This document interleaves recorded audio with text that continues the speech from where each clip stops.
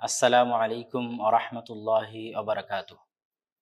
আলহামদুলিল্লাহি ওয়াহদাহ ওয়াসসালাতু ওয়াসসালামু আলা মান লা নাবিয়্যা বা'দাহ। প্রশংসা আল্লাহ সুবহানাহু ওয়া তাআলার জন্য, শান্তি অবতীর্ণ হোক মুহাম্মদ সাল্লাল্লাহু আলাইহি ওয়াসাল্লামের প্রতি।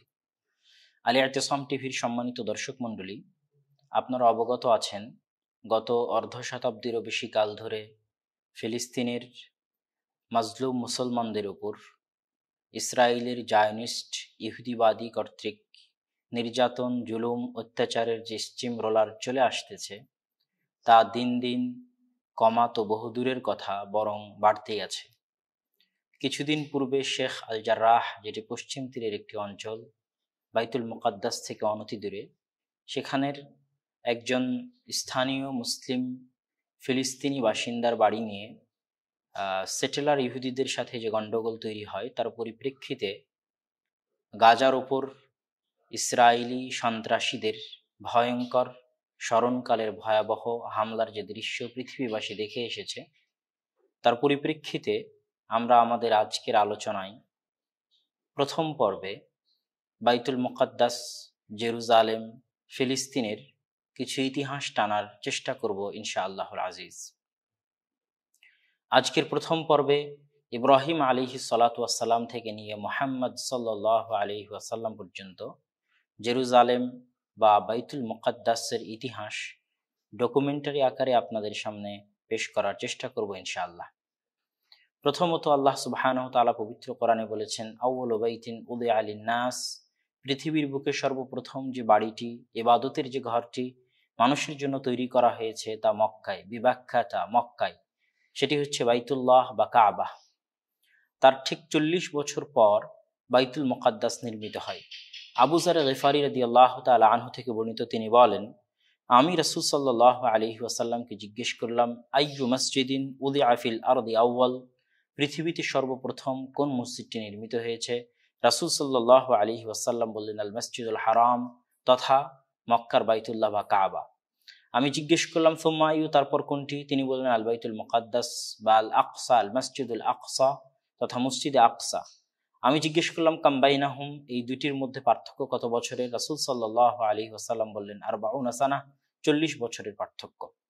মুহাদ্দিসিনে কেরাম, মুফাসসিরিনে কেরাম হাদিসের ব্যাখ্যায় বলেছেন, হতে পারে আদম আলাইহিস সালাতু ওয়াস সালাম সর্বপ্রথম তিনি কাবা তৈরি করেছেন এবং তিনি বাইতুল মুকাদ্দাস তৈরি করেছেন 40 বছর পর। আবার কারো মতে ইব্রাহিম আলাইহিস সালাতু ওয়াস সালাম সর্বপ্রথম কাবা তৈরি করেছেন এবং তার 40 বছর পর তার ছেলে ইসহাক বা ইসহাকের ছেলে ইয়াকুব আলাইহিস সালাতু ওয়াস সালাম বাইতুল মুকাদ্দাস তৈরি করেন। কিন্তু প্রথম মন্তব্যটি বেশি গ্রহণযোগ্য, কেননা আল্লাহ সুবহানাহু ওয়া তাআলা পবিত্র কোরআনে বলেছেন, ওয়াইদ ইয়ারফাউ ইব্রাহিমুল কওয়াইদা মিনাল বাইতি ওয়া ইসমাঈল, যখন ইব্রাহিম এবং ইসমাঈল বাড়ির উপরে দেওয়াল তৈরি করছিল, ঘরের উপরে দেওয়াল তৈরি করছিল, এই আয়াত থেকে বোঝা যায় যে ঘরটি আগে থেকেই ছিল, ঘরের সীমানা, ঘরের মাপ আগে থেকেই ছিল। আগে থেকে থাকা সেই ঘরের উপর নতুন করে দেওয়াল তুলছিলেন ইব্রাহিম ও তার সন্তান ইসমাঈল আলাইহিস সালাতু ওয়াস সালাম। এই আয়াত প্রমাণ বহন করে যে ইব্রাহিম আলাইহিস সালাতু ওয়াস সালামের পূর্ব থেকেই মক্কা বা কাবা ছিল। সুতরাং আদম আলাইহিস সালাতু ওয়াস সালাম বা তার কোনো সন্তান, তাদের হাত দিয়েই সর্বপ্রথম কাবা, বাইতুল্লাহ এবং তার 40 বছর পর বাইতুল মুকাদ্দাস নির্মিত হয়েছে। এই মতটি সবচেয়ে বেশি প্রণিধানযোগ্য। আমরা আজকের আলোচনায় দেখব ইব্রাহিম আলাইহিস সালাতু ওয়াস সালাম থেকে নিয়ে শুরু করে মুহাম্মদ সাল্লাল্লাহু আলাইহি ওয়াসাল্লাম পর্যন্ত প্রায় প্রতিটি নবীর জীবনে কিভাবে বাইতুল মুকাদ্দাসের প্রভাব ছিল, অধিকাংশ নবীর জীবনী। ইব্রাহিম আলাইহিস সালাতু ওয়াস সালামের জন্মস্থান আমরা জানি ইরাকের ব্যাবিলন নগরীতে তার জন্ম হয়। তিনি তার পিতা কর্তৃক অত্যাচারিত, নির্যাতিত, বিতাড়িত হয়ে হিজরত করে যে জায়গায় আসেন সেটাই জেরুজালেম বা বাইতুল মুকাদ্দাস। ঠিক ইব্রাহিম আলাইহিস সালাতু ওয়াস সালামের যুগে তার ভাতিজা লূত আলাইহিস সালাতু ওয়াস সালাম, যার সম্পর্কে আমরা জানি যে তার কওমকে আল্লাহ সুবহানাহু ওয়া তাআলা উল্টিয়ে দিয়েছিলেন, যেখানে এখনো ডেড সি, জর্ডানের মৃত সাগর এখনো অবস্থিত, সেই লূত আলাইহিস সালাতু ওয়াস সালামের ওই অভিশপ্ত কওমের গ্রামটি বা শহরটি যখন উল্টিয়ে দেওয়া হলো, তখন সেখান থেকে লূত আলাইহিস সালাতু ওয়াস সালামকে উদ্ধার করে আল্লাহ সুবহানাহু ওয়া তাআলা যে জায়গায় নিয়ে এসেছিলেন সেটা জেরুজালেম বা বাইতুল মুকাদ্দাস। আল্লাহ সুবহানাহু ওয়া তাআলা সূরা আম্বিয়ার ৭১ নম্বর আয়াতে বলেন, ওয়ানাজ্জাইনাহু ওয়া লূতান ইলাল আরদিল্লাতী বারাকনা ফিহা লিল আলামিন, আমি ইব্রাহিম আলাইহিস সালাতু ওয়াস সালাম এবং লূতকে উদ্ধার করে যেই জায়গায় নিয়ে এসেছি সেটা হচ্ছে বাইতুল মুকাদ্দাস বা জেরুজালেম, যেখানে আমি বরকত রেখেছি পৃথিবীবাসীর জন্য। পৃথিবীবাসীর জন্য সেখানে বরকত আছে, এটা আল্লাহ সুবহানাহু ওয়া তাআলা এই আয়াতে স্পষ্ট করে বলে দিয়েছেন। তাহলে আমরা দেখলাম জেরুজালেমের সাথে ইব্রাহিম আলাইহিস সালাতু ওয়াস সালামের সম্পর্ক, জেরুজালেমের সাথে লূত আলাইহিস সালাতু ওয়াস সালামের সম্পর্ক। এবং আপনাদেরকে আমরা ম্যাপের মাধ্যমে দেখানোর চেষ্টা করতেছি যে ইব্রাহিম আলাইহিস সালাতু ওয়াস সালাম কিভাবে তার ইরাক থেকে হিজরত করে বাইতুল মুকাদ্দাসে আসলেন, এবং লূত আলাইহিস সালাতু ওয়াস সালাম ডেড সি থেকে কিভাবে বাইতুল মুকাদ্দাসে আসলেন। এ পর্যায়ে আমরা দেখব ইব্রাহিম আলাইহিস সালাতু ওয়াস সালাম যখন বাইতুল মুকাদ্দাসে বসবাস করেন, তখন কোনো এক সময় দুর্ভিক্ষ দেখা দিলে তিনি তার স্ত্রী সারাকে নিয়ে খাদ্য সংগ্রহের জন্য মিশর যান।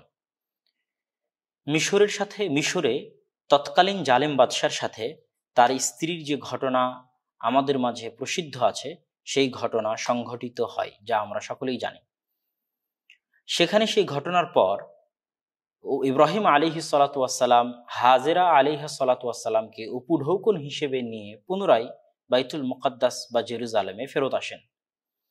অতঃপর হাজেরা আলাইহিস সালাতু ওয়াস সালামের গর্ভে ইসমাইল আলাইহিস সালাতু ওয়াস সালামের জন্ম হয়, এবং ঐতিহাসিক বা মুফাসসিরদের মতে দুই স্ত্রীর মধ্যে যেটাই হোক, সামান্য মনোমালিন্য হোক বা যেটা হওয়ার সেটাই হয়।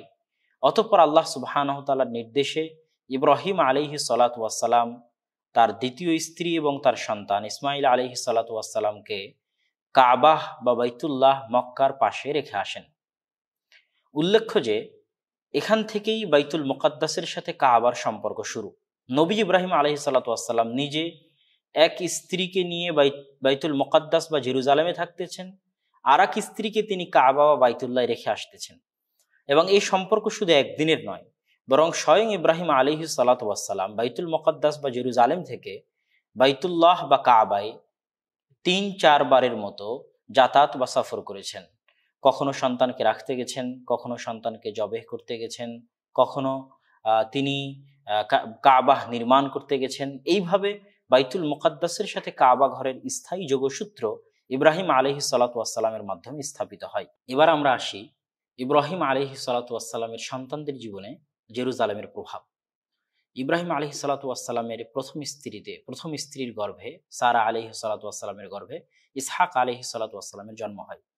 ইসহাক আলাইহিস সালাতু ওয়াস সালামের স্ত্রীর গর্ভে ইয়াকুব আলাইহিস সালাতু ওয়াস সালামের জন্ম হয়, এবং ইয়াকুব আলাইহিস সালাতু ওয়াস সালামের অপর নাম হচ্ছে ইসরাইল বা আব্দুল্লাহ। ইসরাইল শব্দের অর্থ হচ্ছে আব্দুল্লাহ, সেখান থেকেই বানু ইসরাইল বলা হয়। ইয়াকুব আলাইহিস সালাতু ওয়াস সালামের 12 সন্তান, এই 12 সন্তানের পরবর্তী বংশধরকেই বানু ইসরাইল বলা হয়ে থাকে। এবং এই 12 সন্তানের পরবর্তী বংশধরদের সাথে করে নিয়ে অনেক ঘটনাবহুল ইতিহাস রয়েছে, যা আমরা আজকের এই পর্বে অবশ্যই দেখব ইনশাআল্লাহুল আজিজ। এখানে আমরা উল্লেখ করতে চাই, ইসহাক আলাইহিস সালাতু ওয়াস সালাম যেখানেই মারা যান না কেন, কথিত আছে তিনি তার শ্বশুর বাড়িতে মারা গেছিলেন বা অন্য যেখানেই হোক, কিন্তু ঐতিহাসিকগণ লিখেছেন যে তার ওসিয়ত অনুযায়ী তার দাফন জেরুজালেমে করা হয়েছে। ইয়াকুব আলাইহিস সালাতু ওয়াস সালামেরও তার ওসিয়ত অনুযায়ী তার দাফন জেরুজালেমে করা হয়েছে মর্মে ঐতিহাসিকগণ উল্লেখ করে থাকেন। এবং সেটার কিছু আলামত আমরা দেখি যে বর্তমান পশ্চিম তীর, ফিলিস্তিনের পশ্চিম তীরের আল খালিল নামক জায়গায়, যেটাকে হিব্রুতে হেব্রনও বলা হয়, সেখানে ইব্রাহিম, ইসহাক, ইয়াকুব আলাইহিমুস সালাতু ওয়াস সালাম সকলের কবর রয়েছে। সুতরাং এখান থেকে আমরা স্পষ্ট দেখতে পাচ্ছি যে পরবর্তী 3 জনের জীবনেই বাইতুল মুকাদ্দাস বা জেরুজালেমের সম্পর্ক ছিল অনেক সুগভীর এবং অনেক সুনিবিড়। তারা সকলেই এই জেরুজালেমেই বসবাস করেছেন এবং এখানেই থেকেছেন। এবার আসে হচ্ছে জেরুজালেম থেকে কিভাবে বানু ইসরাইল সর্বপ্রথম মিশর গেল। ইউসুফ আলাইহিস সালাতু ওয়াস সালামের ঘটনা আমরা জানি। ইউসুফ আলাইহিস সালাতু ওয়াস সালাম তার ভাইদের ষড়যন্ত্রের কারণে নির্যাতিত অবস্থায়, বন্দী অবস্থায়, গোলাম কৃতদাস অবস্থায় মিশরের বাদশাহ আজিজের নিকটে বিকৃত হন এবং তার বাড়ির কাজের লোক হিসেবে থাকা শুরু করে। তখনও মিশরে ফেরাউনরা ক্ষমতায় আসেনি। তখন যারা ক্ষমতায় আছে তাদেরকে ঐতিহাসিকগণ হাকসুস বলছেন, আর পবিত্র কোরআনে আল্লাহ সুবহানাহু ওয়া তাআলা আজিজ বা আজিজ ও মিসর বলছেন। ইউসুফ আলাইহিস সালাতু ওয়াস সালামের সাথে ঘটে যাওয়া লম্বা ঘটনা আমরা জানি। ঘটনার এক পর্যায়ে ইউসুফ আলাইহিস সালাতু ওয়াস সালাম তার ভাইদেরকে তার পিতা সহ মিশরে ডেকে পাঠান। তখন ইয়াকুব আলাইহিস সালাতু ওয়াস সালাম তার 12 সন্তানের সন্তান সন্ততি সহ পৌত্র প্রপৌত্র সহ প্রায় ৭০ জনের লম্বা বিশাল পরিবার নিয়ে তিনি এই প্রথম জেরুজালেম থেকে চলে আসেন মিশরে, তথা জেরুজালেম থেকে এবার বানু ইসরাইল চলে আসলো মিশরে। ইউসুফ আলাইহিস সালাতু ওয়াস সালামের জীবদ্দশা এবং তার মৃত্যুর পরে ঐতিহাসিকদের দাবি অনুযায়ী প্রায় ১৫০ বছর যাবৎ বানু ইসরাইলগণ তাওহীদের উপর শান্তিতে এবং সুখের সাথেই মিশরে জীবনযাপন করতে থাকে। তার সবচেয়ে বড় কারণ ছিল তৎকালীন মিশরের বাদশার সাথে ইউসুফ আলাইহিস সালাতু ওয়াস সালামের ভালো সম্পর্কের কারণে তার মৃত্যুর পরেও সেই ভালো সম্পর্ক বাদশার পরবর্তী উত্তরসূরিদের সাথে, ইউসুফ আলাইহিস সালাতু ওয়াস সালামের পরবর্তী উত্তরসূরি বা বানু ইসরাইলের সাথে অব্যাহতভাবে বজায় থাকে। ১৫০ বছর পর হাকসুস বংশের পতন হলে ফেরাউনরা যখন মিশরের ক্ষমতা দখল করে, তখন তারা পূর্বের সরকারের যাদের সাথে ঘনিষ্ঠ সম্পর্ক ছিল তাদের উপর অত্যাচারের মাত্রা বাড়িয়ে দেয় এবং সেই অত্যাচারের সবচেয়ে বড় স্টিম রোলার চালানো হয় পূর্বের সরকারের সাথে ঘনিষ্ঠ সম্পর্ক রাখা বানু ইসরাইলদের উপর। এবং এই অত্যাচারের একটা অংশ আল্লাহ সুবহানাহু ওয়া তাআলা পবিত্র কোরআনে বর্ণনা করেছেন। সেই অত্যাচারের একটা বিরাট অংশের কথা আল্লাহ সুবহানাহু ওয়া তাআলা সূরা বাকারায় বর্ণনা করেছেন। আল্লাহ সুবহানাহু ওয়া তাআলা সূরা বাকারায় বলেন, ওয়াইয নাজ্জায়নাকুম মিন আলি ফিরআউন ইয়াসুমুনাকুম সুআল আযাব ইউযাব্বিহুনা আবনাআকুম ওয়া ইস্তাহইউনা নিসাআকুম। আমি বনু ইসরাইলকে ফেরাউনের অত্যাচার থেকে বাঁচিয়েছি। তার অন্যতম একটি অত্যাচার ছিল ফেরাউন বনি ইসরাইলের পুরুষ সন্তানদেরকে ধরে ধরে জবাই করত আর শুধু মেয়ে সন্তানদেরকে বাঁচিয়ে রাখত। এটা ছিল তার অত্যাচারের মধ্যে সবচেয়ে বড় একটি অত্যাচার। এই অত্যাচারের মধ্যে অনেক লুকিয়ে আল্লাহ সুবহানাহু ওয়া তাআলা তার মুআজিজা দিয়ে মুসা আলাইহিস সালাতু ওয়াস সালামকে ফেরাউনের বাড়িতে লালন পালন করেন। আমরা জানি ঘটনা, মুসা আলাইহিস সালাতু ওয়াস সালাম বড় হওয়ার পর ফেরাউনের বংশধরের একজনকে এক থাপ্পড়ে হত্যা করে দিয়ে পালিয়ে চলে আসেন শুআইব আলাইহিস সালাতু ওয়াস সালামের মাদিয়ানে। উল্লেখ্য যে শুআইব আলাইহিস সালাতু ওয়াস সালামের মাদিয়ান এবং সালেহ আলাইহিস সালাতু ওয়াস সালামের মাদাইনের মধ্যে পার্থক্য আছে।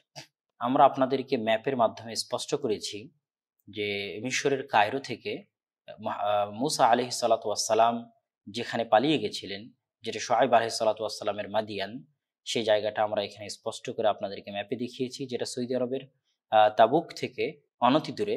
এবং আমরা ম্যাপে এটাও দেখিয়েছি যে সালেহ আলাইহিস সালাতু ওয়াস সালামের মাদাইন থেকে শুআইব আলাইহিস সালাতু ওয়াস সালামের মাদিয়ানের দূরত্ব কত দূর। আশা করি আপনাদের কাছে বিষয়টি স্পষ্ট হবে ইনশাআল্লাহুল আজিজ।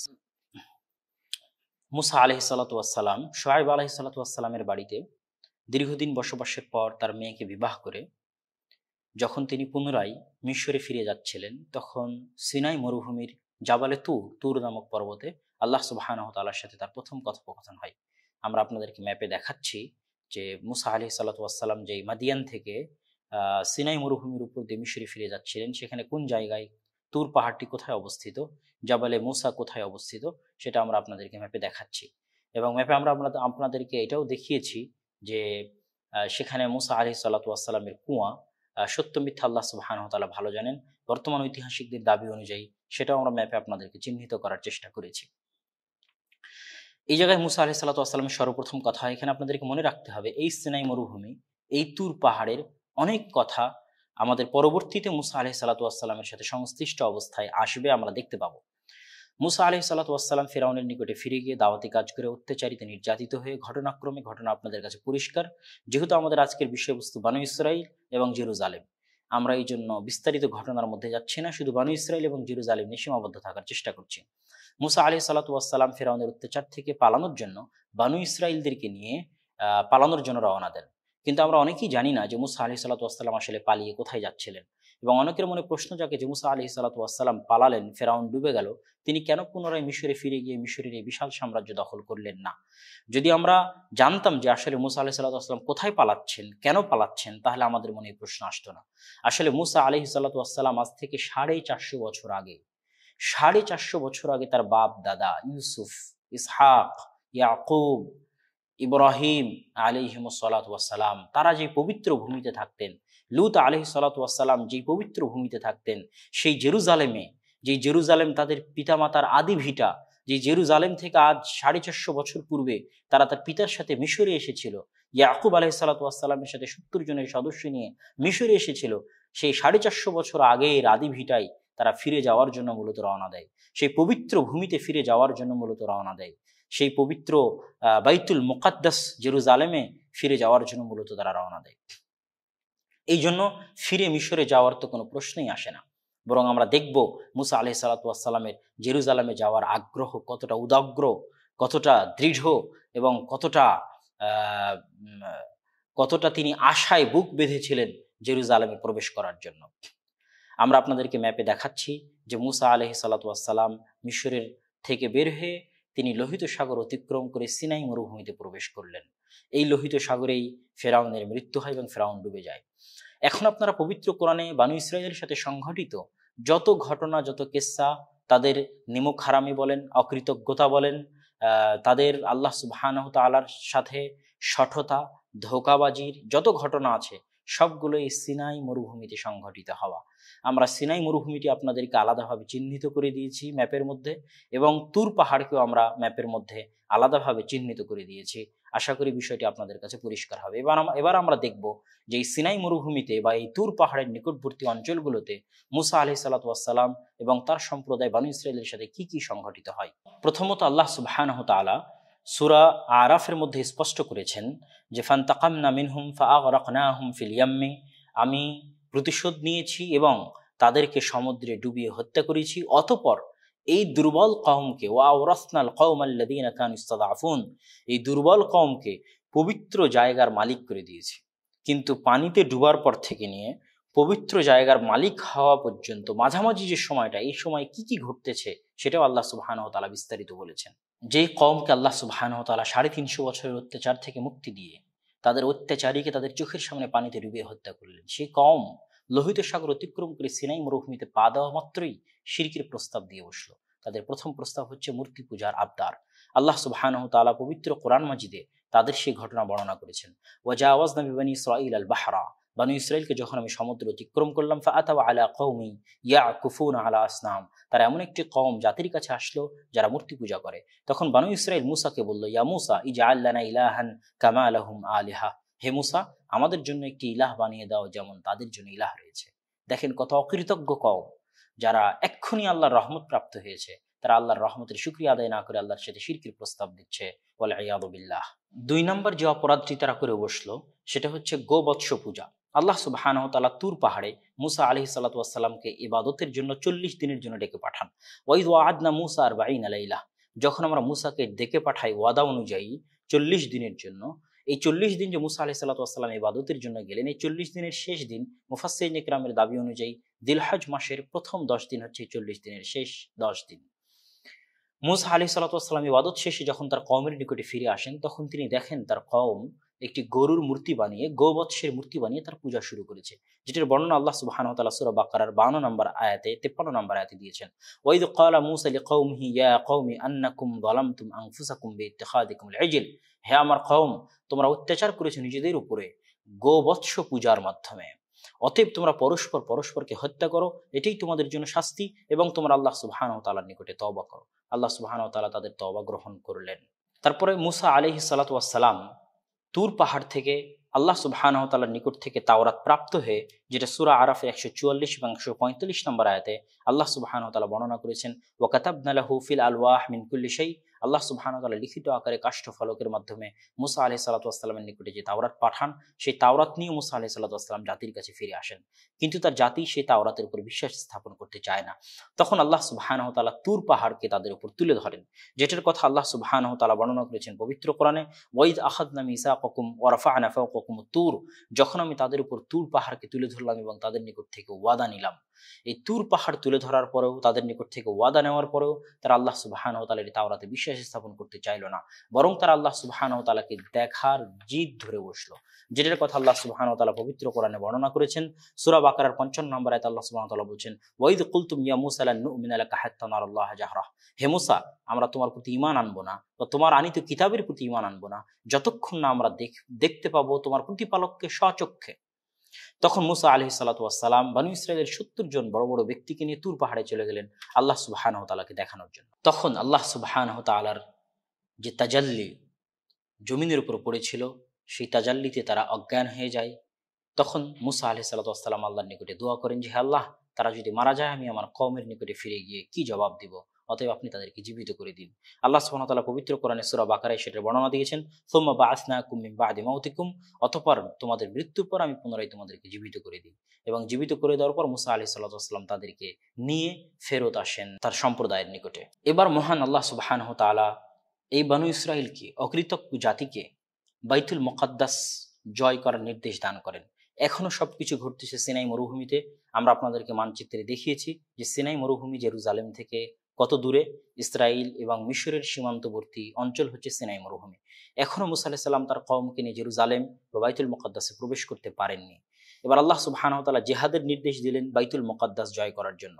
আল্লাহ সুবহানাহু ওয়া তাআলা সূরা মায়দার 21, 22, 23 নম্বর আয়াতে বলেন, মুসা আলাইহিস সালাতু ওয়াস সালাম তার কওমকে বলছেন, ইয়া কওমি দুখুলুল আরদাল মুকাদ্দাসাতাল্লাতী কাতাবাল্লাহু লাকুম, হে আমার জাতি, সেই পবিত্র জমিনে প্রবেশ করো যেটা আল্লাহ তোমাদের জন্য লিখেছেন।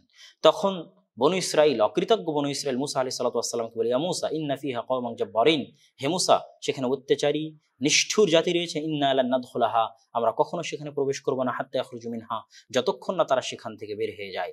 শুধু তাই নয়, তারা এত বড় কথা বলল মুসা আলাইহিস সালামকে যা ভাষায় প্রকাশ করা যাবে না। তবে সেই সময় মাত্র দুইজন ইমানদার ব্যক্তি ছিল। ক্বালা রাজুলানি মিনাল্লাযীনা খাফুনা আনআমাল্লাহ, সেই দুইজন ইমানদার ব্যক্তি হচ্ছেন তার ছোট ভাই হারুন আলাইহিস সালাতু ওয়াস সালাম এবং তার ছাত্র ইউশা বিন নুন। একমাত্র তারা দুইজনই যুদ্ধ করে বাইতুল মুকাদ্দাস জয় করতে রাজি হয়েছিল।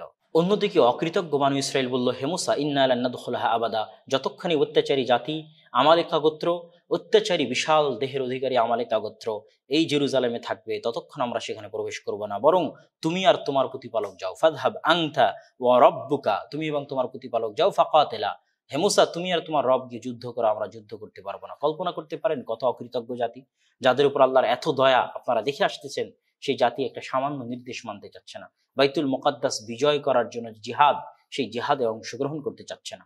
এবার মুসা আলাইহিস সালাতু ওয়াস সালাম হতাশ হয়ে আল্লাহকে বললেন, হে আল্লাহ, আমি আমার লা আমলিকু ইল্লা নাফসি ওয়া আখি, আমি আমার এবং আমার ভাইয়ের জিম্মেদারি ব্যতীত আর কারো জিম্মেদারি নিতে পারবো না। তখন আল্লাহ সুবহানাহু ওয়া তাআলা গজব স্বরূপ পবিত্র কোরআনে বলে দিচ্ছেন সূরা মায়দার 26 নম্বর আয়াতে, ফা ইন্নাহা মুহাররামাতুন আলাইহিম 40 সানা, তথা এই পবিত্র ভূমি জেরুজালেম এবং বাইতুল মুকাদ্দাস আমি এই অকৃতজ্ঞ বানু ইসরাইল কওমের জন্য 40 বছরের জন্য হারাম করে দিলাম। এই 40 বছর তার উদ্ভ্রান্তের মতো এই সিনাই মরুভূমিতে ঘুরপাক খেতে থাকবে। এবার আমরা এমন কিছু ঘটনা দেখব যেটা মুফাসসিরদের মতে এই 40 বছরের শাস্তি আরোপের পরে সংঘটিত হয়েছে, তথা যেই 40 বছর তারা শাস্তি ভোগ করছিল তার মধ্যে সংঘটিত হয়েছে। আর কারো মতে সেটা এই 40 বছরের শাস্তি আরোপের আগেই সংঘটিত হয়েছে। তার এক নম্বর হচ্ছে মেঘমালার ছায়া। আল্লাহ সুবহানাহু ওয়া তাআলা সূরা বাকারার 57 নম্বর আয়াতে বলছেন, ওয়াযাল্লালনা আলাইকুমুল গামামা ওয়া আনজালনা আলাইকুমুল মান্না ওয়াস সালওয়া, আমি এই অকৃতজ্ঞ বনু ইসরাইল জাতির উপর মেঘমালা দিয়ে ছায়া প্রদান করেছি। শুধু তাই নয়, আল্লাহ সুবহানাহু ওয়া তাআলা তাদের জন্য খাবার পাঠিয়েছিলেন। যেহেতু সিনাই ছিল মরুভূমি অঞ্চল, আর এই মরুভূমি অঞ্চলে কোনো খাবার উৎপাদিত হতো না, এই জন্য আল্লাহ সুবহানাহু ওয়া তাআলা জান্নাত থেকে তাদের জন্য খাবার পাঠিয়েছিলেন, মান্না ওয়াস সালওয়া, যেটার নাম আল্লাহ পবিত্র কোরআনে উল্লেখ করেছেন। যেই জাতিকে আল্লাহ সুবহানাহু ওয়া তাআলা জান্নাত থেকে খাবার পাঠালেন, আশ্চর্যজনক হলেও সত্য, সেই জাতি জান্নাতের মান্না এবং সালওয়ায় সন্তুষ্ট না হয়ে মুসা আলাইহিস সালাতু ওয়াস সালামের নিকটে এক ভয়ঙ্কর আবদার জানিয়ে বসলো, যেটা আল্লাহর নিয়ামতের সাথে অকৃতজ্ঞতার শামিল। তারা মুসা আলাইহিস সালাতু ওয়াস সালামকে বলে বসলো, আল্লাহ পবিত্র কোরআনে বলছেন, ওয়াইদ কুলতুম ইয়া মুসা লান নাসবিরা আলা তুআমিন ওয়াহিদ, হে মুসা, আমরা এক খাদ্যের উপর ধৈর্য ধারণ করতে পারবো না। ফাদউ লানা রাব্বাক, তোমার প্রতিপালককে ডাকো। ইখরিজ লানা মিম্মা তুমবিতুল আরদু মিন বাকলিহা ওয়া কিসাইহা ফুমিহা ওয়া আদাসিহা, আমাদের জন্য জমিন থেকে পেঁয়াজ, রসুন, ডাল ইত্যাদি বের করে দিবে, আমরা সেগুলো দিয়ে স্বাদ আস্বাদন করব। এই এক খাদ্য, এক খাবার আমাদেরকে আর ভালো লাগতেছে না। মুসা আলাইহিস সালাতু ওয়াস সালাম হতাশ হয়ে বলেন, আতাস্তাবদিলুনা আল্লাযী হুয়া আদনা বিল্লাযী হুয়া খায়র, হে আমার কওম, তোমরা কি এমন খাবার চাচ্ছ, এমন খাবারের বিনিময়ে যে খাবার তোমাদের নিকটে আছে এটা কল্যাণকর, সেটার বিনিময়ে তোমরা নিম্নতর খাবার চাচ্ছ? আল্লাহুল মুস্তাআন। কিন্তু যেহেতু তার কওম শুনল না, সেহেতু তিনি তার কওমকে পুনরায় বললেন, এই ধরনের খাবারের ব্যবস্থা তোমাদের জন্য হবে যদি তোমরা এই জেরুজালেম বা বাইতুল মুকাদ্দাসে প্রবেশ করো। কিন্তু দুঃখজনক হলেও সত্য, মুসা আলাইহিস সালাতু ওয়াস সালাম তার জীবদ্দশায় বনু ইসরাইলকে নিয়ে জেরুজালেমে প্রবেশ করতে পারেননি। বনী ইসরায়েলদের উপর আল্লাহ সুবহানাহু ওয়া তাআলার আরেকটি রহমত ছিল ঝর্ণাধারার সৃষ্টি করা। যেহেতু মরুভূমি ছিল, সিনাই মরুভূমি, পানির ব্যবস্থা ছিল না, তারা মুসা আলাইহিস সালাতু ওয়াস সালামের নিকটে পানির ব্যবস্থা করে চাইল। আল্লাহ পবিত্র কোরআনে বলছেন, ওয়াইজ ইস্তাসকা মুসা লিকাওমিহি ফাকুলনা ইদরিব বিআসাকাল হাজার। যখন মুসার কওম মুসার নিকটে পানি চাইল, তখন আমরা মুসাকে বললাম লাঠি দিয়ে পাথরে আঘাত করো। যখন মুসা লাঠি দিয়ে পাথরে আঘাত করলো, ফানফাজারাত মিনহু ইসনাতা আশারা আইনা, তখন ওই পাথর থেকে 12টা ঝর্ণাধারা বের হলো।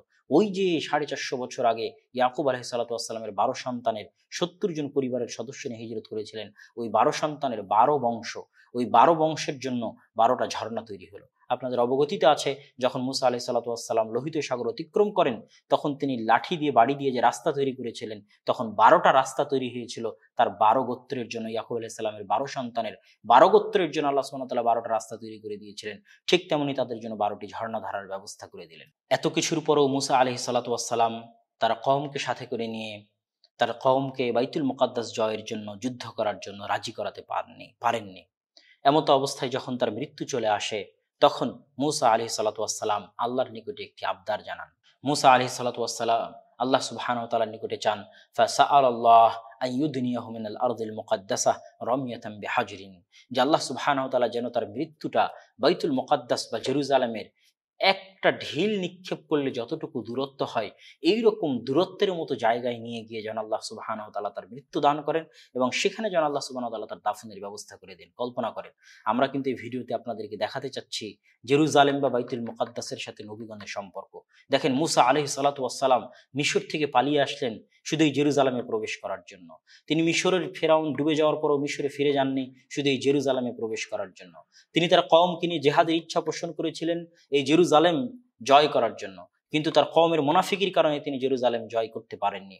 পরবর্তীতে তিনি আশা পোষণ করেছেন যেন তার মৃত্যু বা তার দাফন জেরুজালেমের নিকটবর্তী জায়গায় হয়। আল্লাহু আকবার। সেটা রাসূল সাল্লাল্লাহু আলাইহি ওয়াসাল্লাম সহিহ বুখারীর 1339 নম্বর হাদিস বর্ণনা করেছেন। আল্লাহ রাসূল এটাও বলেছেন যে আমি যদি ওখানে থাকি জেরুজালেমে, তাহলে তোমাদেরকে দেখিয়ে দেব রাস্তার পাশে কোথায় মুসা আলাইহিস সালাতু ওয়াস সালামের কবর আছে। মুসা আলাইহিস সালাতু ওয়াস সালামের মৃত্যুর পরে তার শাগরেদ ইউশা বিন নুন, আমরা জানি মুসা আলাইহিস সালাতু ওয়াস সালাম যখন খিজির আলাইহিস সালাতু ওয়াস সালামকে সাথে দেখা করার জন্য রওনা দিয়েছিলেন, তখন তার সাথে তার একজন সফর সঙ্গী বা শাগরেদ ছিল, তার নাম ইউশা বিন নুন।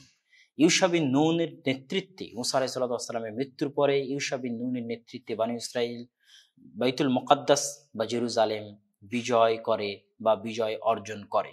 কিন্তু দুঃখজনক হলেও সত্য, এই জায়গাতেও বনী ইসরাইল আল্লাহ সুবহানাহু ওয়া তাআলার নির্দেশকে লঙ্ঘন করেছে বা বিকৃত করেছে। বনী ইসরাইলের প্রতি নির্দেশ ছিল যখন তারা বাইতুল মুকাদ্দাস বা জেরুজালেমে প্রবেশ করবে, তখন তারা মাথা নিচু করে প্রবেশ করবে এবং প্রবেশ করার সময় আল্লাহর নিকটে ক্ষমা চাইবে অতীতের সকল পাপের জন্য এবং বলতে থাকবে হিত্তাতুন নাগফির লাকুম, হে আল্লাহ আপনি আমাদের ক্ষমা করে দিন, আমরা অনেক ভুল করেছি। এটা তাদের জন্য অপরিহার্য ছিল, কেননা তারা এই পুরো সিনাই মরুভূমিতে অনেক অকৃতজ্ঞময় ঘটনা তারা ঘটিয়েছে। কিন্তু এই যে আল্লাহ তাদেরকে বাইতুল মুকাদ্দাস জয় দান করলেন, বিজয় দান করলেন, এমনকি ঐতিহাসিকগণ বলেছেন বাইতুল মুকাদ্দাস বিজয়ের জন্য আল্লাহ সুবহানাহু ওয়া তাআলা সূর্যকে থামিয়ে দিয়েছিলেন, সূর্য ডুবার পুরো বাইতুল মুকাদ্দাসে প্রবেশ করানোর জন্য। সেই অকৃতজ্ঞ কওম বাইতুল মুকাদ্দাসে প্রবেশ সময় মাথা নিচু করে প্রবেশ না করে পিছন আগে দিয়ে প্রবেশ করে এবং হিত্তাতুন না বলে হেনতাতুন বলে। হিত্তাতুন মানে আল্লাহ ক্ষমা করে দিন, আর হেনতাতুন মানে হচ্ছে গমের দানা। তাহলে কত অকৃতজ্ঞ একটি জাতি হলে তারা প্রতি পদে পদে আল্লাহর নির্দেশ কিভাবে লঙ্ঘন করতে পারে, আল্লাহর এত নিয়ামত ভোগ করার পরে। ইউশা বিন নুনের মৃত্যুর পর পুনরায় বনী ইসরাইলের চারিত্রিক বিকৃতি এবং অবনতি দেখা দেয়। তাদের এই চারিত্রিক বিকৃতি এবং অবনতির কারণে আল্লাহ সুবহানাহু ওয়া তাআলা তাদেরকে আমালিকা গোত্রের জুলিয়েট নামক অত্যাচারী শাসককে তাদের উপর চাপিয়ে দেন এবং জুলিয়েট শাসক পুরো জেরুজালেম দখল করে নেয় এবং বনী ইসরাইলের উপর অত্যাচারের স্টিম রোলার শুরু হয়। অত্যাচারে ক্লান্ত হয়ে বনী ইসরাইলেরা তৎকালীন নবী, যে নবীর নাম আল্লাহ সুবহানাহু ওয়া তাআলা পবিত্র কোরআনে নেননি, কিন্তু তিনি সেই নবীর কথা পবিত্র কোরআনে বলেছেন, তবে তাওরাত ইনজিলে সেই নবীর নাম শামুয়েল হিসেবে উল্লেখ করা হয়েছে। সেই শামুয়েল নবীকে বনী ইসরাইলরা আবদার জানায় যে আপনি আমাদের জন্য আল্লাহর পক্ষ থেকে এমন একটি শাসকের ব্যবস্থা করে দিন, যে শাসকের মাধ্যমে আমরা এই অত্যাচারী শাসকের কবল থেকে মুক্তি পাবো এবং পুনরায় বাইতুল মুকাদ্দাস বা জেরুজালেমে আমাদের সেই অধিকার প্রতিষ্ঠিত হবে। আল্লাহ সুবহানাহু ওয়া তাআলা পবিত্র কোরআনে সেই ঘটনার বর্ণনা দিচ্ছেন। তবে আপনাদেরকে মনে রাখতে হবে, এই ঘটনার মাধ্যমে আমরা দাউদ আলাইহিস সালাতু ওয়াস সালামের সাথে জেরুজালেমের সম্পর্ক আবিষ্কার করব। আল্লাহ সুবহানাহু ওয়া তাআলা পবিত্র কোরআনে বলছেন, আলাম তারা ইলাল মালাই মিন বানি ইসরাঈল মিন বাদি মুসা, মুসার পরে আল্লাহ স্পষ্ট বলে দিয়েছেন যে মুসার পরে বনী ইসরাইলের একটা গোত্রের কথা কি আপনি জানেন না, যারা তাদের নবীকে বলল, এই নবীর নাম আল্লাহ কোরআনে নেননি, কিন্তু তাওরাত ইনজিলে বলা আছে যে এই নবীর নাম হচ্ছে শামুয়েল।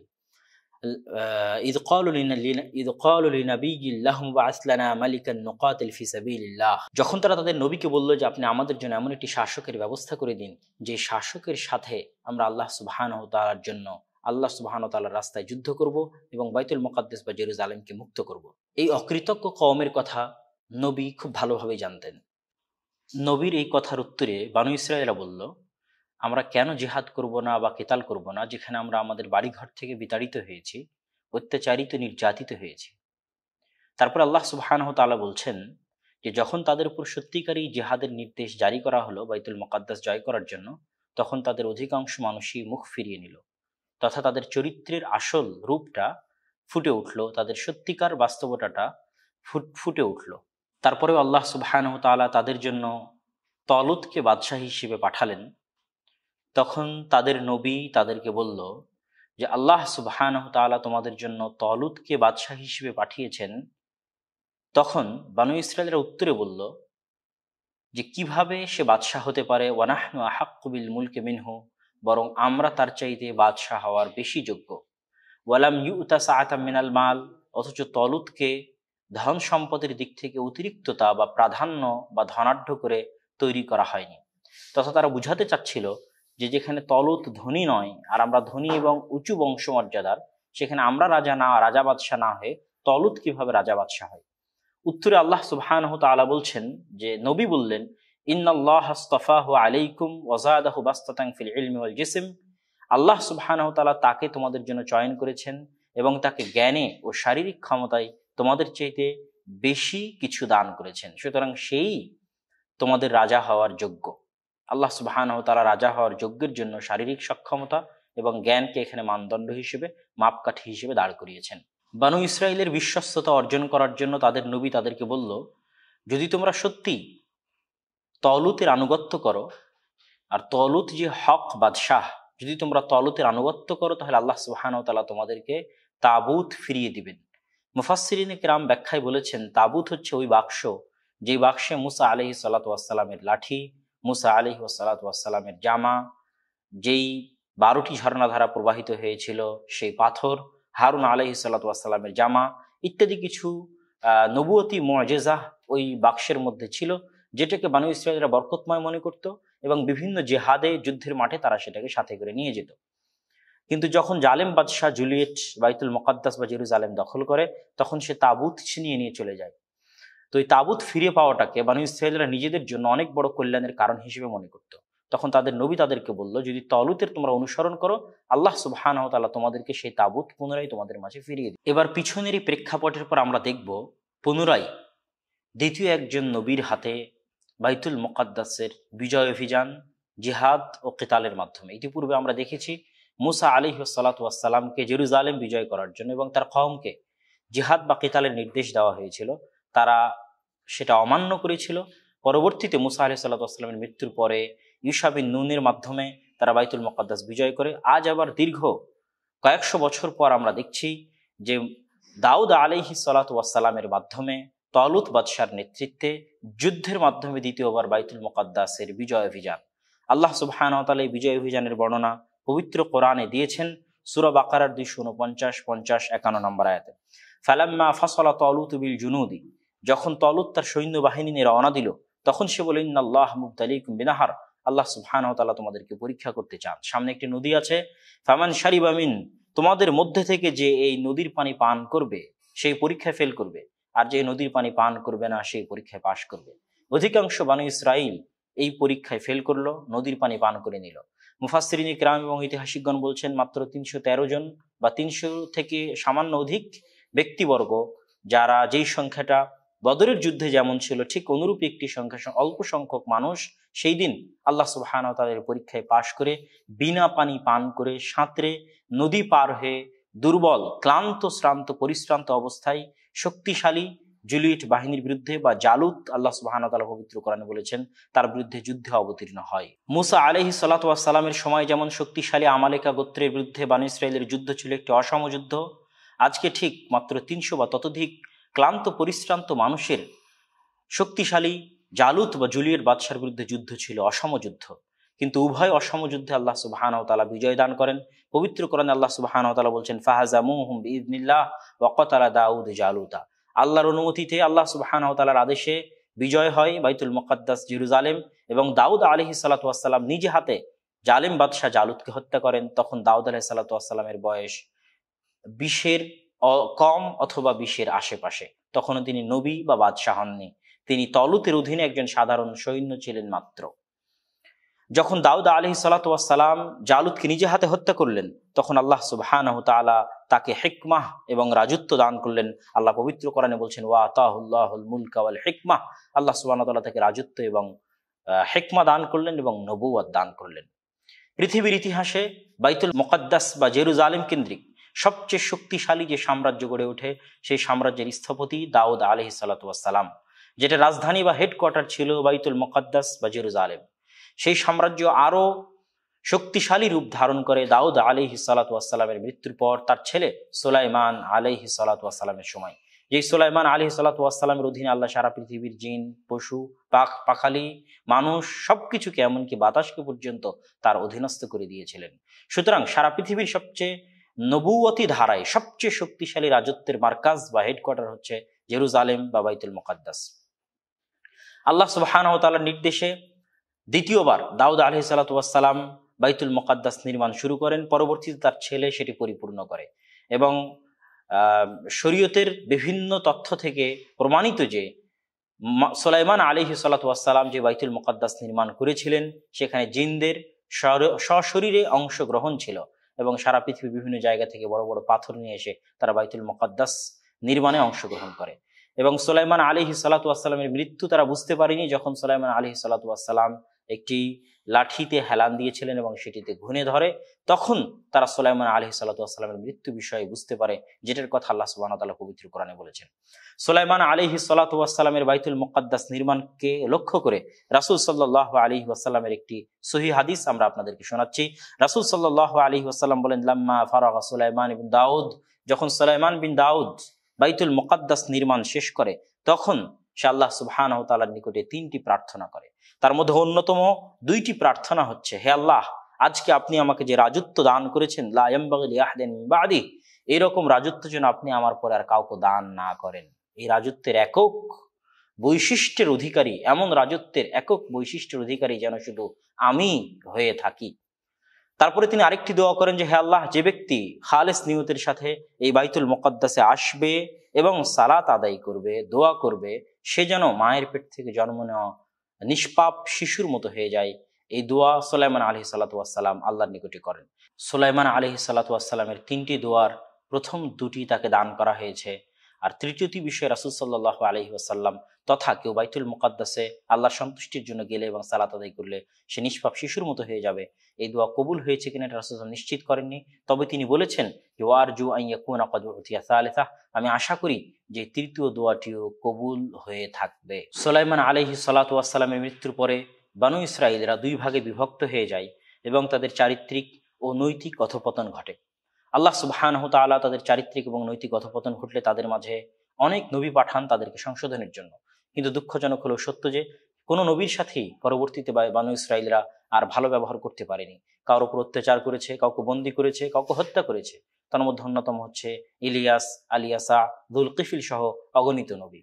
তাদের এই পাপের কারণে, তাদের এই পাপের বোঝা ভারী হয়ে যাওয়ার কারণে আল্লাহ সুবহানাহু ওয়া তাআলা তাদের উপর এমন শাস্তি আরোপ করেন যে জেরুজালেমকে সমূলে ধ্বংস করে দেওয়া হয়।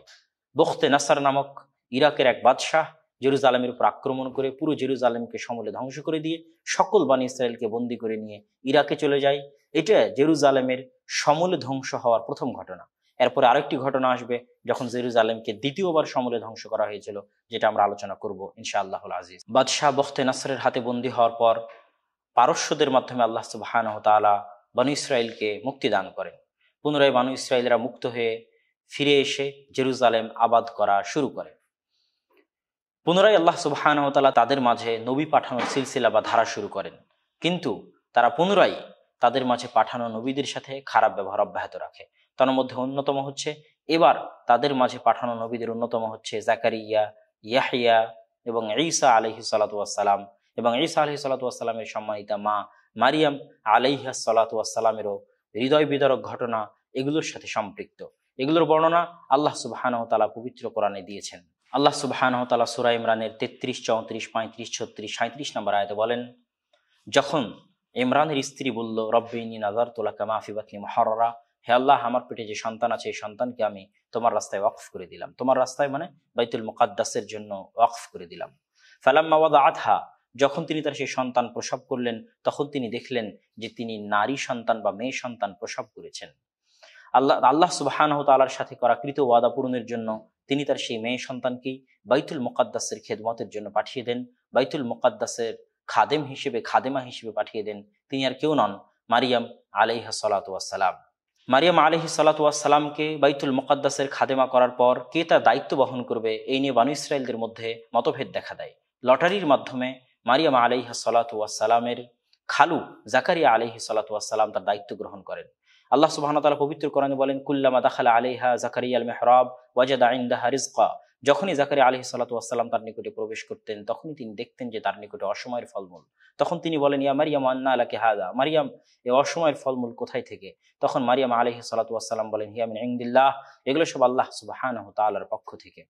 এই যে ঘটনাগুলো ঘটতেছে, এগুলো সব জেরুজালেমের বাইতুল মুকাদ্দাসে। এই দৃশ্য দেখে জাকারিয়া আলাইহিস সালাতু ওয়াস সালাম আল্লাহর নিকটে এরকম একজন সৎ সন্তান চেয়ে বসলেন। আল্লাহ পবিত্র কোরআনে বলছেন, হুনালিকা দাআ জাকারিয়া, সেখানেই জাকারিয়া তার প্রতিপালককে ডাকা শুরু করলো। সেখানে বলতে কোথায়?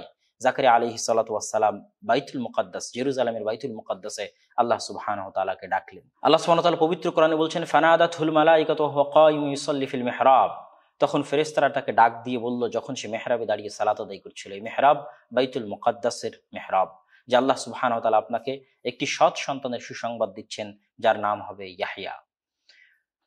অন্যদিকে মারিয়াম আলাইহিস সালাতু ওয়াস সালামের সাথেও এক ব্যতিক্রমধর্মী ঘটনা শুরু হয়, যেটা আল্লাহ সুবহানাহু ওয়া তাআলা পবিত্র কোরআনে বর্ণনা করেছেন এভাবে যে আল্লাহ সুবহানাহু ওয়া তাআলা সূরা আলে ইমরানে একের পর এক ঘটনার বর্ণনা দিয়ে যাচ্ছেন। 40, 41, 42, 43, 45 নম্বর আয়াতে এভাবে যে ফেরেশতারা মারিয়াম আলাইহিস সালাতু ওয়াস সালামকে বলল, ইয ক্বালাতিল মালাইকাতু ইয়া মারিয়াম ইন্নাল্লাহা ইউবাশশিরুকি বিকালিমাতিন মিনহু ইসমুহু আল মাসীহ ঈসা ইবনে মারিয়াম, আল্লাহ সুবহানাহু ওয়া তাআলা তোমাকে সুসংবাদ দিচ্ছে একজন সৎ সন্তানের, যার নাম হবে ঈসা ইবনে মারিয়াম, তথা তার কোনো পিতা নেই, সে পিতাবিহীনভাবে মারিয়ামের গর্ভে জন্ম নিবে, তাই তার নাম হবে ঈসা ইবনে মারিয়াম।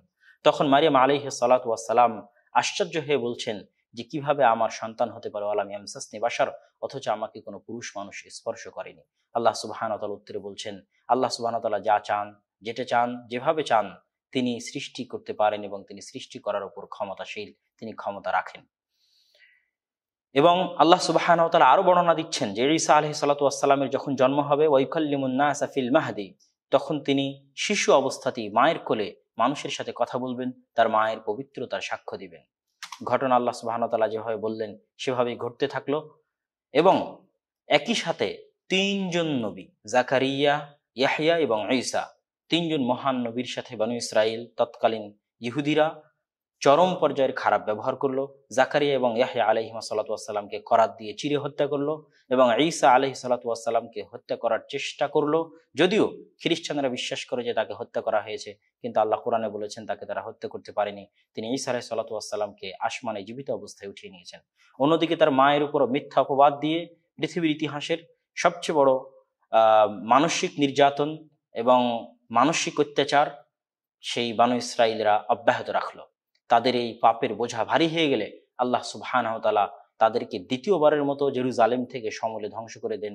যেটা আমরা ইতিহাসের পাতায় জানি যে বাদশাহ তাইতুস সে জেরুজালেমে আক্রমণ করার পর পুরো জেরুজালেমকে আগুনে জ্বালিয়ে পুড়িয়ে ধূলিসাৎ করে দেয় এবং সেও পুনরায় সকল বনী ইসরায়েলকে বন্দী করে নিয়ে চলে যায়। এটা ছিল বাইতুল মুকাদ্দাস বা জেরুজালেমের সমূলে ধ্বংস হওয়ার দ্বিতীয় ঘটনা। আমাদের উক্ত সংক্ষিপ্ত আলোচনায় আমরা যে বিষয়গুলো স্পষ্ট করতে চেয়েছি সেটা হচ্ছে ইব্রাহিম, ইসহাক, ইয়াকুব, ইউসুফ, মুসা, হারুন, ইউশা বিন নুন, দাউদ, সুলাইমান, ইলিয়াস, আলিয়াসা, যুলকিফল, লূত, ঈসা, জাকারিয়া, ইয়াহইয়া আলাইহিমুস সালাতু ওয়াস সালাম সকলের সম্পর্ক ছিল বাইতুল মুকাদ্দাসের সাথে বা জেরুজালেমের সাথে। এই জন্য আজকের পৃথিবীর যারা ইহুদি, আজকের পৃথিবীর যারা খ্রিস্টান, আপনি কল্পনা করুন যে আমেরিকার কাছে কি এমন কমতি রয়েছে টাকা পয়সার, কি এমন কমতি রয়েছে ক্ষমতার, কি এমন কমতি রয়েছে প্রভাব প্রতিপত্তির।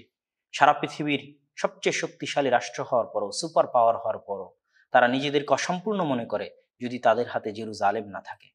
কেননা তাদের নবী ঈসা আলাইহিস সালাতু ওয়াস সালামের জন্মস্থান তো এই জায়গায়, বাইতুল্লাহাম বা বেথেলহাম। তাদের নবীর মায়ের তথা মারিয়াম আলাইহিস সালাতু ওয়াস সালামের থাকার জায়গা তো এই জায়গা, তাদের নবীর বেড়ে ওঠার জায়গা তো এই জায়গা। আপনি ইহুদিদের দিকে দেখেন, তারা যদি সারা পৃথিবীর সকল ক্ষমতা অর্জন করে ফেলে, সারা পৃথিবীর সকল দেশ বিজয় করে ফেলে, কিন্তু তবুও তারা নিজেদেরকে অসম্পূর্ণ মনে করবে যদি জেরুজালেম বা বাইতুল মুকাদ্দাস তাদের হাতে না থাকে। কেননা তাদের যত স্মৃতি রয়েছে, সকল স্মৃতি, সেটা দাউদ আলাইহিস সালাতু ওয়াস সালামের স্মৃতি হোক, সুলাইমান আলাইহিস সালাতু ওয়াস সালামের স্মৃতি হোক, সকল স্মৃতি এই মাটির সাথে সম্পৃক্ত। এই জন্য পৃথিবীর 3 ধর্মের একত্রে এই জায়গার দাবিদার এইভাবে অন্য কোথাও নাই। মক্কার দাবিদার ইহুদিরাও নয়, খ্রিস্টানেরাও নয়, বা মদিনার দাবিদার ইহুদিরাও নয়, খ্রিস্টানেরাও নয়, বা অন্য কেউ নয়। কেননা আল্লাহ সুবহানাহু ওয়া তাআলা মক্কায় ইব্রাহিম আলাইহিস সালাতু ওয়াস সালামের এক সন্তান ইসমাইল আলাইহিস সালাতু ওয়াস সালামকে রেখে গেছিলেন এবং তার বংশে একমাত্র নবী মুহাম্মদ সাল্লাল্লাহু আলাইহি সাল্লামকে দান করেন। ফলত মক্কা বা কাবার একমাত্র দাবিদার উম্মতে মুহাম্মাদি, মদিনার একমাত্র দাবিদার উম্মতে মুহাম্মাদি। কিন্তু বাইতুল মুকাদ্দাস এমন এক জায়গা যেটার দাবিদার একসাথে পৃথিবীর বিশাল 3 ধর্মের অনুসারীরা। সুতরাং কিয়ামতের নিকটবর্তী মুহূর্তে যা কিছু ঘটবে তার সবকিছু এই বাইতুল মুকাদ্দাস কেন্দ্রিক ঘটবে। যত ফিতনার ঘটনা, দাজ্জালের উত্থান, দাজ্জালের পতন, ঈসা আলাইহিস সালাতু ওয়াস সালামের পুনরায় আসা, আমরা এটাও জানি যে পৃথিবীর সকল ধর্ম, ঈসাই ধর্ম, খ্রিস্টান ধর্ম, ইহুদি ধর্ম, সকলে অপেক্ষায় আছে একজন মাসিহের, যে সে আসবে এবং তাদেরকে উদ্ধার করবে। মুসলমানের অপেক্ষায় আছে একজন মাসিহের, তিনি হচ্ছেন ঈসা আলাইহিস সালাতু ওয়াস সালাম। খ্রিস্টানের অপেক্ষায় আছে ঈসা আলাইহিস সালাম পুনরায় আসবে, আর ইহুদির অপেক্ষা আছে তাদেরকে একজন উদ্ধার করার জন্য আসবে, এবং কিয়ামতের পূর্ব মুহূর্তে একজন অবশ্যই আসবেন। কিন্তু তিনি আমাদের বিশ্বাস অনুযায়ী উম্মতে মুহাম্মাদের অন্তর্ভুক্ত হবেন এবং তিনি ঈসা আলাইহিস সালাতু ওয়াস সালাম হবেন। এবং পৃথিবীর ধ্বংসের নিকটবর্তী সময় আল মালহামাল কুবরা, যে বড় বড় যুদ্ধগুলো সংঘটিত হবে, মহাযুদ্ধগুলো সংঘটিত হবে, তার সবগুলি এই বাইতুল মুকাদ্দাস কেন্দ্রিক এবং জেরুজালেমের আশেপাশে এবং এটাকে কেন্দ্র করে সংঘটিত হবে। কেননা এর চাইতে বড় ক্রাইটেরিয়া, এর চাইতে বড় যুদ্ধ সংঘটিত হওয়ার কোনো কারণ পৃথিবীর আর কোনো জায়গায় পাওয়া যায় না। এবং পৃথিবীর এটাই একমাত্র জায়গা যেটাকে কেন্দ্র করে পৃথিবীতে সবচেয়ে বেশিবার যুদ্ধ সংঘটিত হয়েছে। ঐতিহাসিকদের দাবি অনুযায়ী জেরুজালেমের ক্ষমতা পালাবদল হয়েছে 50 বারের অধিক, এবং জেরুজালেমে যুদ্ধও হয়েছে শতকের কাছাকাছি বারের মতো, শুধু জেরুজালেমের ক্ষমতা পালাবদল নিয়ে। এবং জেরুজালেম সমূলে ধ্বংস হয়ে গেছে পৃথিবীর ইতিহাসে 2 বার। আমরা এখানে ইব্রাহিম আলাইহিস সালাতু ওয়াস সালাম থেকে নিয়ে মুহাম্মদ সাল্লাল্লাহু আলাইহি সাল্লাম পর্যন্ত জেরুজালেমের সাথে সকল নবীর সম্পর্কের বিষয়টি দেখলাম। দ্বিতীয় পর্বে আমরা মুহাম্মদ সাল্লাল্লাহু আলাইহি ওয়াসাল্লামের সাথে জেরুজালেমের সম্পর্ক নিয়ে আলোচনা করব, এবং উম্মতে মুহাম্মাদি যে জেরুজালেমের একমাত্র সঠিক হকদার, সেটা নিয়ে আমরা দ্বিতীয় পর্বে বিস্তারিত আলোচনা করব ইনশাআল্লাহুল আজিজ। এখানে আমরা আরো একটি বিষয় স্পষ্ট করে দিতে চাই যে এই দীর্ঘ আলোচনায় আপনাদের সামনে ফুটে উঠেছে যে জেরুজালেমকে কেন্দ্র করে যা কিছু ঘটছে, বাইতুল মুকাদ্দাসকে কেন্দ্র করে যা কিছু ঘটছে, আল মসজিদুল আকসাকে কেন্দ্র করে যা কিছু ঘটছে, তার একটাও সরিষা সমপরিমাণ রাজনৈতিক ইস্যু নয়, তার একটাও সরিষা সমপরিমাণ কোনো দেশভিত্তিক, কোনো জাতিভিত্তিক ইস্যু নয়, বরং এই ইস্যুটা পুরোটাই 100তে 100 একটি ধর্মীয় ইস্যু। কিন্তু দুঃখজনক হলেও সত্য যে আমাদের অনেক ফিলিস্তিনি ভাই এবং বোনেরা এই জিনিসটা বুঝতে চান না। তারা মনে করেন তারা ফিলিস্তিনি জাতীয়তাবাদ দিয়ে বাইতুল আকসাকে মুক্ত করবেন, তারা মনে করেন ধর্ম নিরপেক্ষতা বাদ দিয়ে তারা বাইতুল আকসাকে মুক্ত করবেন। কিন্তু বিষয়টি আসলে তেমন নয়। তারা যদি ইহুদিদের দিকেই দেখেন যে ইহুদিরাই শুধু তাদের ধর্মকে কেন্দ্র করে এই জিনিসটাকে নিয়ে এত তাদের রাত দিন অতিবাহিত করতেছে, তাহলে ফিলিস্তিনিদেরও এটা বোঝা উচিত যে একমাত্র ইসলাম ধর্মই, ইসলাম ধর্মের অনুসরণই তাদেরকে বাইতুল আকসা পুনরুদ্ধার করে দিতে পারে, অন্য কোনো মতবাদ বা অন্য কোনো তন্ত্র মন্ত্র নয়। আজকের আলোচনার শেষে আমরা আপনাদের সামনে এই দীর্ঘ আলোচনায় বাইতুল মুকাদ্দাসকে কোথায় কোথায় আল্লাহ সুবহানাহু ওয়া তাআলা বরকতময় বলেছে সেটার আমরা একটা সামারি আপনাদের সামনে পেশ করে দিই। সূরা আরাফের 137 নম্বর আয়াতে আল্লাহ সুবহানাহু ওয়া তাআলা বনী ইসরাইলকে বলেছিলেন, ইয়া কওমি দুখুলুল আরদাল মুকাদ্দাসা। মুসা আলাইহিস সালাম বলেছিলেন যে হে বনী ইসরাইল, তোমরা আল আরজাল মুকাদ্দাসা, এই পবিত্র ভূমিতে প্রবেশ করো। সূরা আরাফের 137 নম্বর আয়াতে আল্লাহ সুবহানাহু ওয়া তাআলা বলেছেন, আওরাসনাল কওমাল্লাযীনা কানু ইসতাদআফুন মাশারিকাল আরদি ওয়া মাগারিবাহা আল্লাতী বারাকনা ফিহা। এই জমিনের মালিক আমি তাদেরকে করে দিয়েছি দুর্বল থাকার পরও, যেই জমিনের চারিদিকে আমি বরকত রেখেছি। আল্লাহ সুবহানাহু ওয়া তাআলা সূরা ইসরার 1 নম্বর আয়াতে বলেছেন, সুবহানাল্লাযী আসরা বিআবদিহি লাইলাম মিনাল মাসজিদিল হারাম ইলাল মাসজিদিল আকসা আল্লাযী বারাকনা হাওলা। ওই সত্তার পবিত্রতা যিনি তার বান্দা তথা মুহাম্মদ সাল্লাল্লাহু আলাইহি সাল্লামকে মসজিদুল হারাম তথা মক্কা থেকে আল মসজিদুল আকসা তথা বাইতুল মুকাদ্দাসে ভ্রমণ করিয়েছেন, যে বাইতুল মুকাদ্দাসের চারিদিকে তিনি বরকত রেখেছেন। আল্লাহ সুবহানাহু ওয়া তাআলা সূরা আম্বিয়ার 71 নম্বর আয়াতে বলেছেন, ওয়ানাজ্জাইনাহু ওয়া লূতান ইলাল আরদিল্লাতী বারাকনা ফিহা লিল আলামিন। আমি ইব্রাহিমকে এবং লূতকে মুক্তি দিয়ে সেই জমিনে নিয়ে গেছি, যেই জমিনে আমি সারা পৃথিবীবাসীর জন্য বরকত রেখেছি। এই আয়াতগুলোতে আল্লাহ সুবহানাহু ওয়া তাআলা বাইতুল মুকাদ্দাসকে পবিত্র ভূমি, বরকতময় ভূমি বলে স্পষ্টভাবে ঘোষণা করেছেন। আল্লাহ সুবহানাহু ওয়া তাআলা আমাদেরকে এই বরকতময় ভূমিকে পুনরায় উদ্ধার করার এবং এই বরকতময় ভূমিতে গিয়ে সালাত আদায় করার তৌফিক দান করুক। আল্লাহুম্মা আমিন।